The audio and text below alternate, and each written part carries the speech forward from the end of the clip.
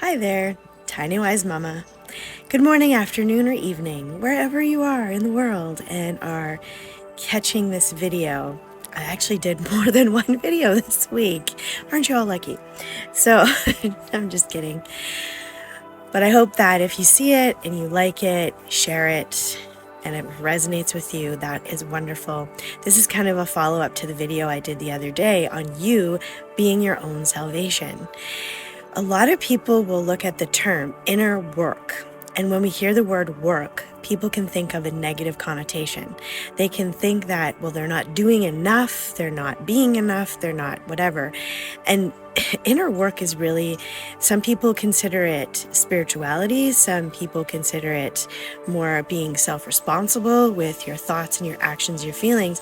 And what we're really talking about here is that if you want to heal yourself, whether it's mentally, emotionally, physically, you are the one that has to figure out how you're going to do that.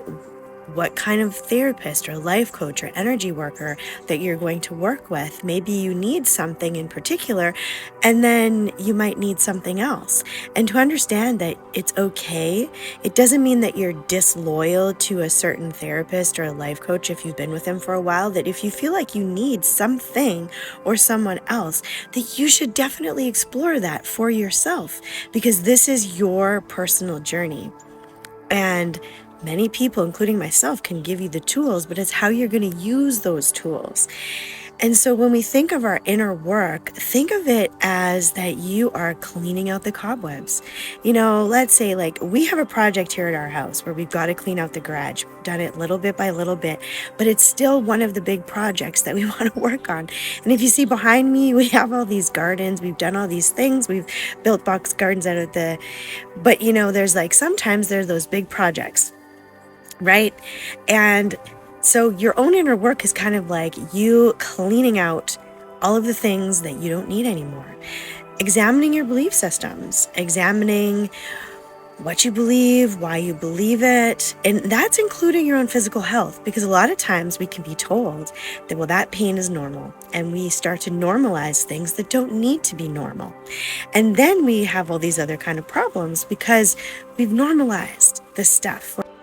So think of your inner journey as, needing to clean out a room in your house that you need to do it, and you do it a little bit at a time so that you don't feel overwhelmed with the project.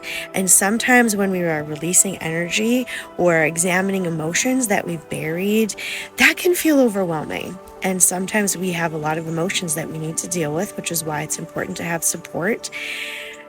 But it's just that you are cleaning. Think of your inner work as house cleaning. Just like you would clean your house, that you would dust sometimes, clean the toilets. You might not do it all at once, or you might do it, one day you're going to do a whole bunch of it at once. That's how healing and your inner work actually happens. Sometimes you clear out all this stuff at once, sometimes little bit by little bit, but those little changes make a huge difference. So if you're feeling kind of stuck, and maybe that you feel like you're not getting somewhere or something is taking too long, gotta watch those thoughts, because here's the thing: no matter what's happening in the outside world, you have control over your actions, your reactions. You have control over how you speak to people, the words that you choose. There's a lot that you do have control over, but it all starts with you. And it's easy to blame the outside world for the conditions that we live in, because sometimes things happen that we're not expecting.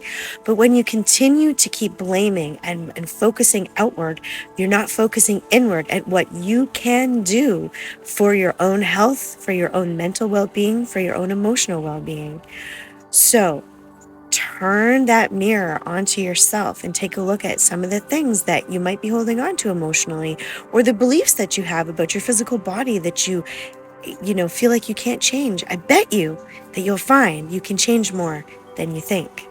So I'm going to leave you with that this weekend. In case I don't come on, probably see you on Monday. Have a wonderful weekend, everyone. Don't forget to check out our website, www.legendarylivingarts.com. We are hosting a Lionsgate event, activation meditation on Tuesday, August the 8th. So you can DM me for the link to register, or just to get more information, and have a wonderful time. Bye.